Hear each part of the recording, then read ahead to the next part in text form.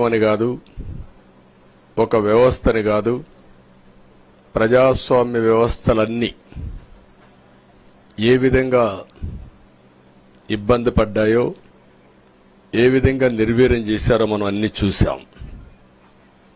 అయితే మా ధ్యేయం ఒకటే, ప్రజలు గెలవాలి, రాష్ట్రం నిలబడాలి. దీనికోసం ఎన్ని త్యాగాలైనా సరే చేసి మళ్లీ భావి తరాల భవిష్యత్తు కోసం ముందుకు పోవాలని చెప్పి వెళ్ళాం. నేను చాలా ఎన్నికలు చూశాం. 10వ ఎన్నిక నిన్న. అంటే ఇన్ని ఎన్నికలు చూసిన, అంటే ఎన్నికలు చూడడమే కాకుండా ఈ ఎన్నికలన్నీ at the helm of affairs ఉండి ఎప్పటికప్పుడు సమీక్షలు గాని ఇవన్నీ నిర్వహించడం కూడా చేశాం. రాజకీయాల్లో ఒడికిదుడుకులు సాధారణంగా ఉంటాయి. ఎవరు శాశ్వతం కాదు. దేశం శాశ్వతం, ప్రజాస్వామ్యం శాశ్వతం, రాజకీయ పార్టీలు శాశ్వతం, అధికారం అశాశ్వతం. రాజకీయ పార్టీలు కూడా సక్రమంగా ఉంటే మళ్లీ ప్రజలు ఆదరిస్తారు. లేకపోతే రాజకీయ పార్టీలు కూడా చాలా పార్టీలు కనుమరుగైపోయినాయి. వ్యక్తులు కనుమరుగైపోయారు, రాజకీయ పార్టీలు కనుమరుగైపోతాయి. కానీ ఇంత హిస్టారికల్ ఎలక్షన్ నేను ఎప్పుడు చూడలా. నా జీవితంలో చాలా ఎలక్షన్స్ ఫేస్ చేసే కానీ వేవ్ కనపడేది, వ్యతిరేకత కనపడేది. కానీ ఈ ఎలక్షన్లో ఎక్కడో అమెరికాలో ఉండే వ్యక్తి ఒక 5 లక్షలు 10 లక్షలు ఖర్చు పెట్టుకొని నేను రావాలి, ఓటేయాలి, రాష్ట్రం నిలబడాలి, ప్రజలు గెలవాలి అనే ఆవేదనతో వచ్చారు. ఎక్కడో పక్క రాష్ట్రాల్లో ఎక్కడో కడుపు నిండడం కోసం కూలి పనులకైనటువంటి వ్యక్తులు, పాచి పనులు చేసుకునే వ్యక్తులు సొంత డబ్బులు పెట్టుకొని నేరుగా ఇక్కడ రైల్వే స్టేషన్లో చూస్తే, బస్టాండ్లో చూస్తే భోజనం కూడా ప్యాక్ చేసుకొని తీసుకొచ్చి ఇక్కడ భోంచేసి ఓటేసే పరిస్థితికి వచ్చారు.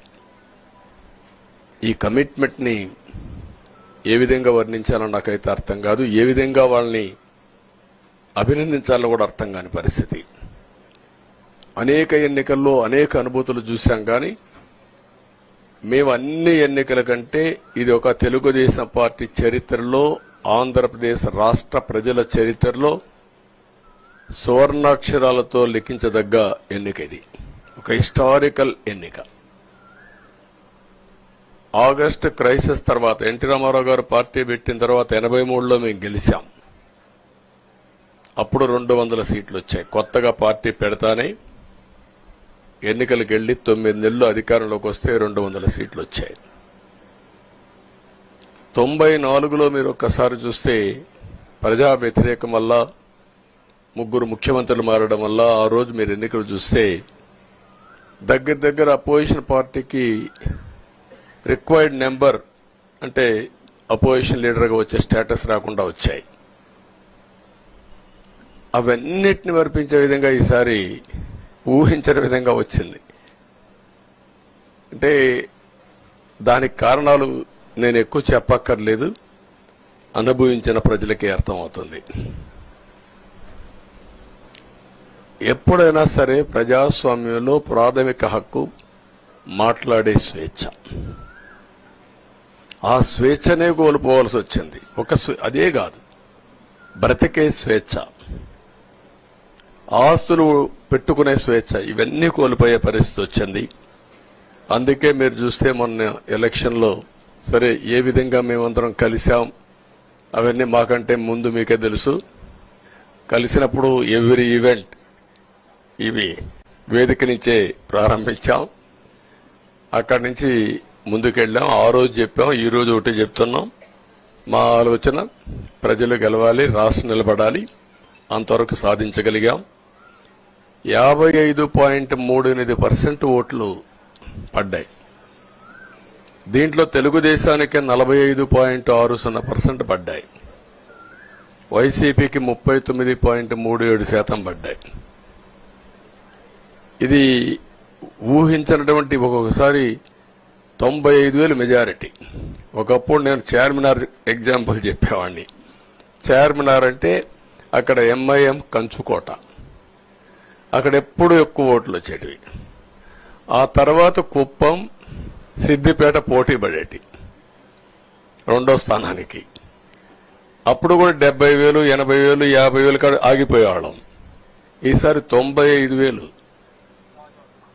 94,000, మళ్ళా 92,000, 91,000. మంగళగిరి లాంటి కాన్స్టిట్యున్సీ 91,000 మెజారిటీ. ఏ విధంగా అభివర్ణించాలో నాకైతే అర్థం కాదనమాట. అంత ఇదెళ్లిపోయినాయి. ఇవన్నీ చూసిన తర్వాత ప్రజలు ఇచ్చిన తీర్పు మీరు చూస్తే అహంకారం, నియంతృత్వం, విచ్చలవిడితనం, ఏదంటే అది చేస్తాననుకుంటే ప్రజలు క్షమించే పరిస్థితులు లేరు. అదే ఈరోజు నిరూపించే పరిస్థితికి వచ్చారు.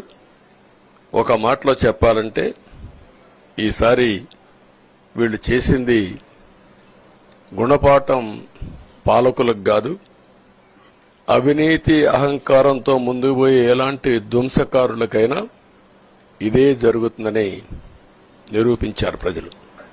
దానికి మనస్ఫూర్తిగా అభినందిస్తున్నా. అదే సమయంలో 5 సంవత్సరాలు మా కార్యకర్తలు పడిన ఇబ్బందులు చాలా